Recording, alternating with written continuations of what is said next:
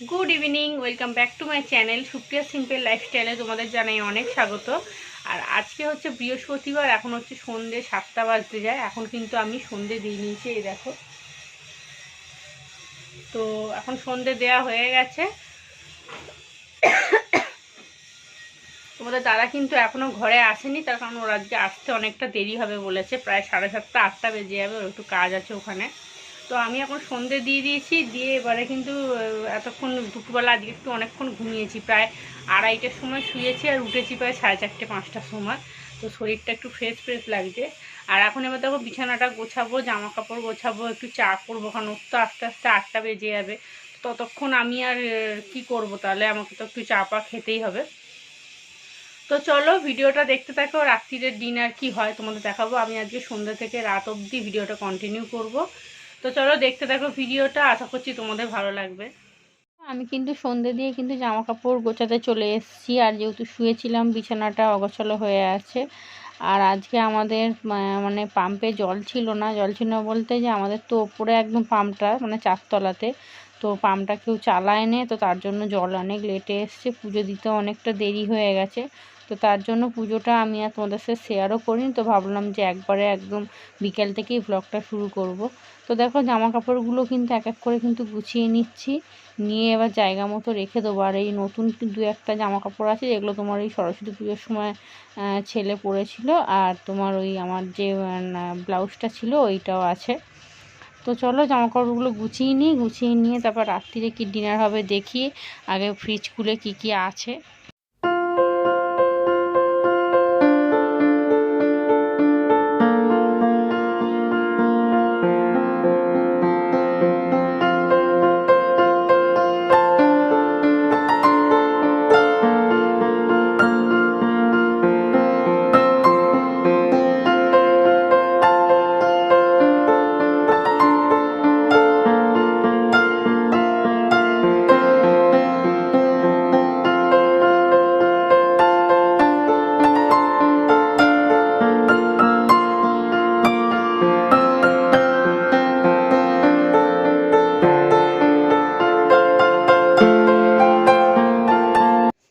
তো দেখো এখানে কিন্তু আমি জামা কাপড়গুলো গুছিয়ে নিয়ে এবার কিন্তু একটু ড্রেসিং টেবিলটা পরিষ্কার করতে চলে এসেছি, কারণ এখানে বোতল, তারপরে এই বিকেলবেলা যে তোমার ফল খেয়েছিলাম সেই সব পড়েছিল। তো এইখানটা দেখো একটুখানি জল ফেলে আমি এখানটা ওপরটা একটু মুছে নিচ্ছি। আর ড্রেসিং টেবিলটা রোজের একটু মুছে নিলে কি হয়, পরিষ্কার থাকে, যেহেতু দেখতেও নাহলে বাজে লাগে।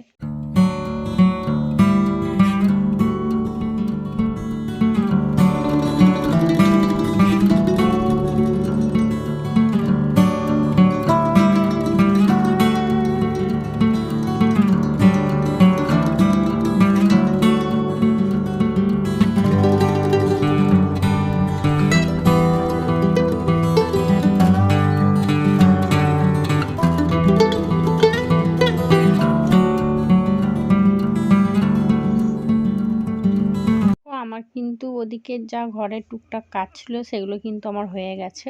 আর এবার আমি চলে এসেছি রান্নাঘরে বলতে আমি একটু চা খাবো।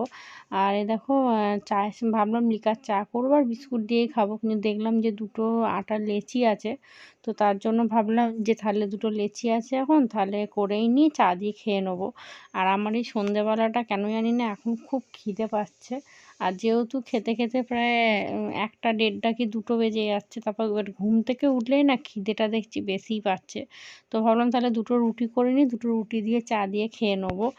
আর একটা ওই দেখো টিফিন বক্স ছিল, তো ওইটার মধ্যে একটুখানি আমসত্ত্ব ছিল, আমসত্ত্বটা আমি খেয়ে নিলাম, মানে একটা বড় আমসত্ত্ব আনা হয়েছিল ছেলের জন্য। তো এই আমসত্ত্বটা দেখো একটুখানি ছিল, আমি খেয়ে নিলাম, নিয়ে এবার কৌটোটা বেসিনে রেখে দিলাম।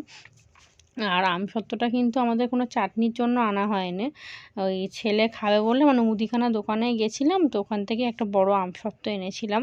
তো ওইটাই মানে প্রায় 1 সপ্তাহ ধরে একটু একটু কেটে কেটে ও নিজে নিজে নিয়েই খাচ্ছিল। আর খানিকটা ছিল, আমি খেয়ে নিলাম, যেহেতু প্রায় অনেক দিনই হয়ে গেল, আর ওকে দেবো না ওইটা।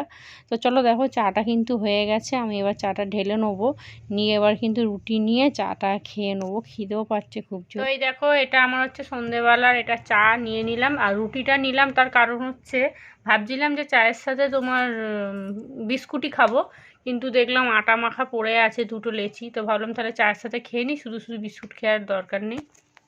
তো চলো চাটা খেয়ে নিই, তারপর তোমাদের সাথে আবার পরে কথা হচ্ছে। আর রাত্রিবেলা আজকে একটু চাউ করার কথা আছে, দেখি কি হয়। চাউ বলতে একটু মাংস কিমা নিয়ে আসবে আর ডিম আছে, মানে যেটাকে তোমার ওই মিক্স চাউ বলে, ডিম মাংস দিয়ে করব, গাজর বিনস ক্যাপসিকাম সব রকম সস দিয়ে। তো যদি করি তোমাদের সাথে ওটা অবশ্যই শেয়ার করব। আর আমি কোনোদিন কিন্তু এরকমভাবে চাউমিন করিনি, আমার এই ফার্স্ট টাইম আমি করব। তো দেখি কতটা কিরম কিভাবে করতে পারি। আমি মানে চাউ করেছি নর্মালি, তোমার ধরো এই আলু গাজর বিনস এরকম ডিম পিম দিয়ে এইসব দিয়ে করেছি, কিন্তু মাংস এইসব দিয়ে আর সস দিয়ে কোনোদিন চাউ আমি করিনি। ম্যাগিটা আমি করেছি সস টস দিয়ে, কিন্তু চাউ কখনো করিনি। তো আজকে ফার্স্ট টাইম করব। তো দেখা যাক কেমন খেতে লাগে। যদি ও আনে, তোমাদের দাদাকে ফোন করেছি, ওকে বললাম মাংস তারপর তোমার ওই সস এই টুকটাক সব আনতে হবে। ও বললো ঠিক আছে, আমি বেরিয়েছি। ও ছেলেকে নিয়ে একবারে দোকান করে ঘরে ঢুকবে। ও আগে আনুক, তারপর তোমাদেরকে বলবো, কারণ আবার যদি না পায় তাহলে আবার তো হবে না। তো আগে আসুক, এলে তারপরে তোমাদেরকে দেখাবো চাউটা কিভাবে করি। তো চলো এখন চাটা রুটিটা খেয়ে নিই আর ভিডিওটা আপলোড হয়ে গেছে, পাবলিশ করে দিই। তো চলো আবার তোমাদের সাথে দেখা হচ্ছে আবার রান্নার সময়। তো দেখো এদিকে কিন্তু আমি চাউয়ের জোগাড় করে নিয়েছি। দেখো এখানে সস আছে, সয়া সস, টমেটো সস আর চিলি সস, এই তিনটে আমি একসাথে নিয়ে মিক্স করে নিয়েছি। আর এখানে দুটো ডিম নিয়েছি। আর এ দেখো ক্যাপসিকামটা কিন্তু লম্বা লম্বা করে একটু মোটা করে কেটেছি। আর পাশে আছে বাঁধাকপি, পেঁয়াজ আর গাজরটাও লম্বা লম্বা করে বড় বড় করে কেটেছি, আর বিনস আছে। আর এই দেখো এইটা হচ্ছে চিকেনটা আমি আদা রসুন আর একটু কর্নফ্লাওয়ার আর গোলমরিচ গুঁড়ো আর তোমার সাদা তেল আর নুন একটু এগুলো দিয়ে আমি ম্যারিনেট করে রেখেছি। আর চাউটা দেখো আমি কিন্তু সেদ্ধ করে নিয়েছি, নিয়ে জল ঝরিয়ে নিয়েছি।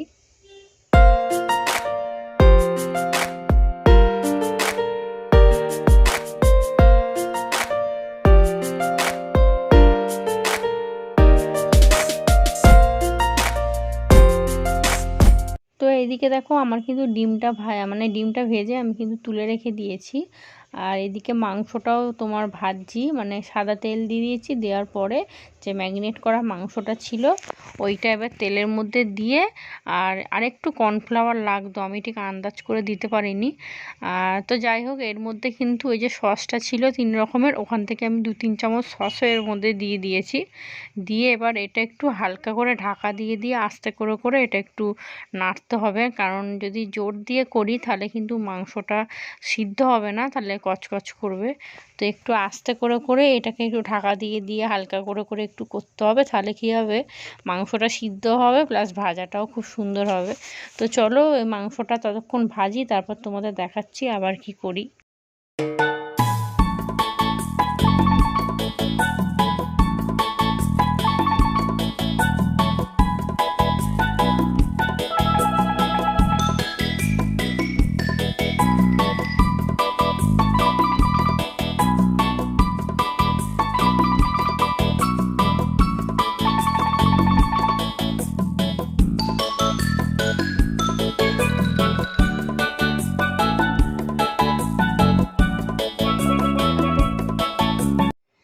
তো দেখো আমার কিন্তু এদিকে মাংসটা ভাজা হয়ে গেছে।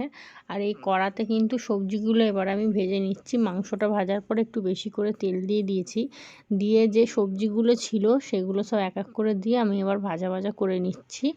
তো ক্যাপসিকামটা আমি পরে দিয়েছি। তো দেখো সবজিগুলো মোটামুটি একটু ভাজা ভাজা হয়ে এসছে। তো আরেকটু এবার একটু ঢেকে ঢেকে ভাজতে হবে, না হলে কিন্তু তোমার গাজর আর তোমার বাঁধাকপি এগুলো কিন্তু সিদ্ধ হবে না। তো আমি একবার করে ঢাকছি আর একবার করে একটু নেড়ে দিচ্ছি। তো চলো সবজিগুলো আগে ভেজে নিয়ে তারপরে এবার কিভাবে করি তো তোমাদেরকে এক এক করে দেখাবো।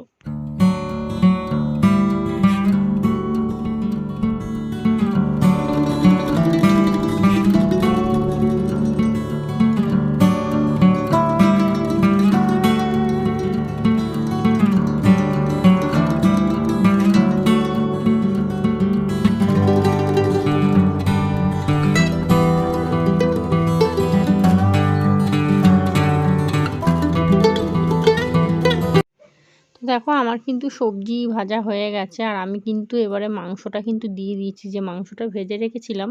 তো সেই মাংসটা কিন্তু আমি এবার দিয়ে দিয়েছি, দিয়ে কিন্তু সবজির সাথে আবার ভালো করে ভেজে নিচ্ছি। আর একটু আস্তে করে ভাজতে হবে, না হলে কিন্তু পুড়ে যাবে মাংসগুলো।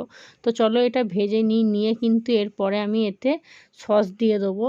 সসটা দেওয়ার পরে কিন্তু দেখো চাউ দিয়ে দিয়েছি, আর আমি যে সবজিগুলো ভেজেছিলাম ওই ভাজার পরে কিন্তু সব কটা সস আমি একসাথে সবজির মধ্যে দিয়ে দিয়েছিলাম। দিয়ে তারপরে এবার চাউ দিয়েছি। তো দেখো চাউটা দিয়ে কিন্তু এবার অনেকক্ষণ ধরে নাড়তে হবে, আস্তে জোরে দিয়ে গ্যাসটা। তো সব রকম সসও একটু দিয়েছি যেহেতু, তো রঙটা ভালো এসেছে। তো দেখো আমার কিন্তু এদিকে মোটামুটি চাউমিনটা হয়েই এসছে, আর একটু হবে। আর আমার সস একটু কম হয়েছিল যেহেতু চাউটা অনেকটাই, তো আমি ওই জন্য আর একটু সস ওপরে দিয়ে দিলাম। আর শেষে কিন্তু নুন মিষ্টিটা আমি দেখে নিয়েছি, যেহেতু সস অনেক রকম দেয়া হয়েছিল তার কারণে কিন্তু নুন মিষ্টিটা দেখতে হবে। তো দেখো আমার কিন্তু চাউমিনটা কিন্তু একদম রেডি হয়ে গেছে, আমি কিন্তু ঢেলে নিয়েছি। এই দেখো, আর খেতে কিন্তু দুর্দান্ত হয়েছিল, তোমরা কিন্তু বাড়িতে ট্রাই করে দেখতে পারো একবার, খেতে কিন্তু খুব সুন্দর হবে। তো দেখো আমার কিন্তু এদিকে গ্যাস মোছা কিন্তু হয়ে গেছে, চাউমিনও একদম রেডি। আর এখানে দেখো একটু স্যালাড করে নিয়েছি। তো এই দেখো কিছু বাসন আছে সেগুলো মেজে নেবো, নিলে তাহলে হয়ে যাবে। তো চলো এবার খেতে বসে যাই।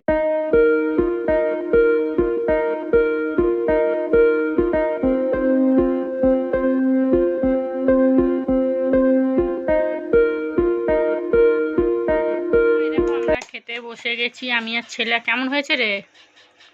ভালো? কেমন হয়েছে? ভালো। এই দেখো নিয়ে নিয়েছি আমি, এখানে একটু শসা পেঁয়াজ নিয়েছি, ও শসা পেঁয়াজ খাবে না। কিন্তু খেতে খুব সুন্দর হয়েছে, তোমরা একবার বাড়িতে এরকমভাবে ট্রাই করে দেখো, অবশ্যই ভালো লাগবে। আর যেগুলো যা দিয়েছি সেগুলো তোমরা চাইলে, যেগুলো খাবে না সেগুলো তোমরা অবশ্যই নাও দিতে পারো, স্কিপ করে যেতে পারো। তো আমরা তো খেতে বসে গেছি, এখন প্রায় 10:30 বাজে। আর ভিডিওটা বড় করব না, এখানেই শেষ করব। তো চলো আজকের মতো টাটা। আর যদি আমার ব্লগ ভালো লাগে তাহলে অবশ্যই কিন্তু আমার চ্যানেলটা সাবস্ক্রাইব করে দিও, আর পাশে থাকা বেল আইকনটি অবশ্যই প্রেস করে দিও। সবাই খুব ভালো থাকবে, সুস্থ থাকবে, আর গুড নাইট। আর আজকের মতো টাটা।